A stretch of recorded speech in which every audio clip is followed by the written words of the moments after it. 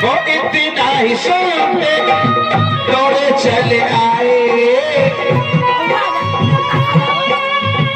जाके सुदामा को गले से लगाए। इतना ही सुनते दौड़े चले आए, जाकर सुदामा को।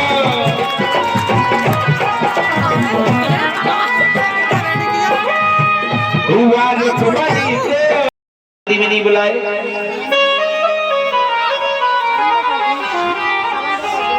भगवान श्री कृष्ण कहने लगे तेने तो शादी करी,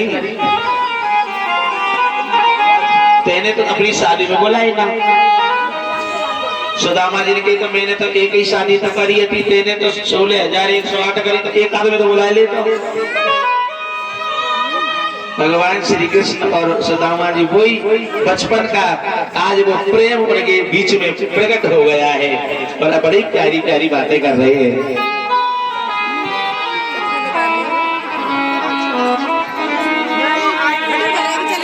और आज मेरी सुदामा जी को महल में ले गए, उन्हें बहुत बड़ा प्यारा उन्हें वहाँ ठहरने के लिए स्थान दिया है। भगवान श्री कृष्ण कहते थक गए होंगे भैया आप आराम करो। सुदामा जी बैठे बैठे सोच रहे हैं आज मैं कन्हैया के द्वार पे आया हूँ, यानी कि इतना इनका वैभव और मैं यहाँ क्या लेके आया हूँ। ये मेरी हालत देख करके कहीं मेरे कृष्ण के लिए जाने क्या क्या कहते होंगे, क्या क्या सोच रहे होंगे। सुदामा क्या तूने यहाँ तक ठीक किया? सुशीला ने नहीं कहा हो। फिर बात आई, फिर विचार आया पोटली, चावल की पोटली, ये क्या लाया हो इनके लिए चावल। वो पोटली दबकाने लगे, छुपाने लगे। इतने में भगवान श्री कृष्ण छुप के कन्हैया जी ने कहा क्यों क्या छुपा रहे हो? सुशीला भाभी ने कुछ भेजा है हमारे लिए, क्या सौगात लाए हो छुपा रहे हो? नहीं कन्हैया कुछ नहीं है, कन्हैया कुछ नहीं है। बड़ा बहुत ही बातें घुमाने में लगे हुए हैं, पर कन्हैया नहीं मानते। कन्हैया ने वो चावल की पोटली छीना, चावल की पोटली ले ली है और कहा सुदामा इतना प्रेम इस चावलों में, इस पोटली में। एक दिन यही प्रेम तो मुझे आया था, यही प्रेम आया था बिजली के उन झूठे बीरों में।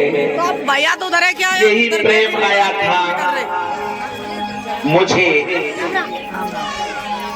काका बिधुर के जाना, और जो तुम्हारे लायक नहीं हो उसे मुझे वापस छोड़ जाना।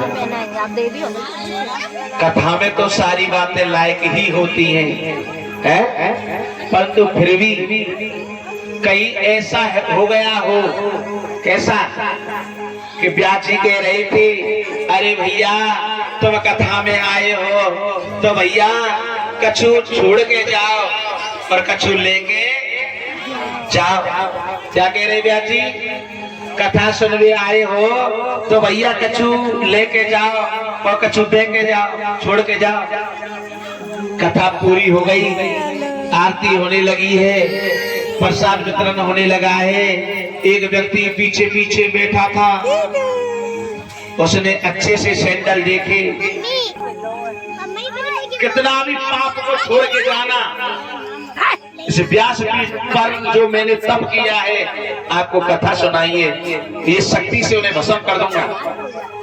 परंतु यहाँ इस तप से जो पुण्य उदय हुआ है उस पुण्य में से भैया लेते जाना रे हरि का नाम थोड़ा थोड़ा है। लूटो री लूटो राम धन लूटो, अड़ोसी लूटो पड़ोसी लूटो, फिर रह जाए तो कर्म को।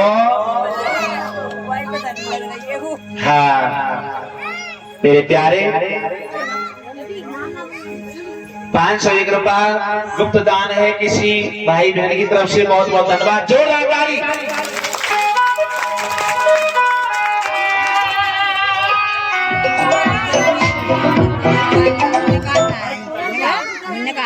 कहाँ जाएंगे? नहीं जानते ये बड़े सौभाग्य से और इस मेला में भक्त और भगवान का जो मिलन होता है बड़ा प्यारा होता है। यहाँ 7 दिन आपकी कॉलोनी में हैं।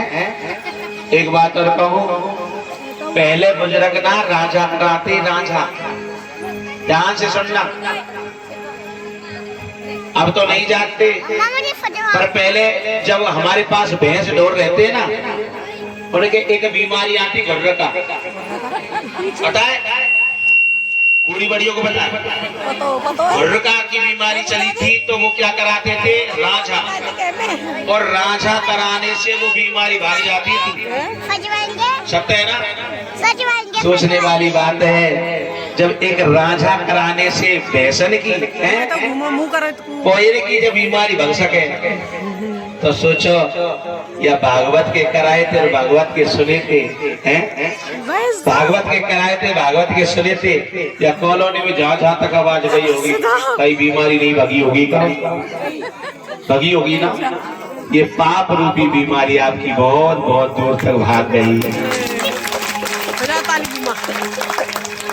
जहाँ तक ही आवाज आती है भगवान की चर्चा जयकारे लगते हैं।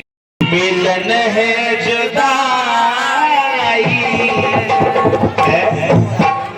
आप लोगों का इतना प्यारा दर्शन हुआ है, 7 दिन बहुत प्यारा आपके साथ कथा सुना करके बड़ा मन प्यारा लगा। मैं बड़ा प्रसन्न हूँ आपकी भावना से। बहुत सारा ढेर सारा आप लोगों ने इतना प्यार इसलिए हमें दिया।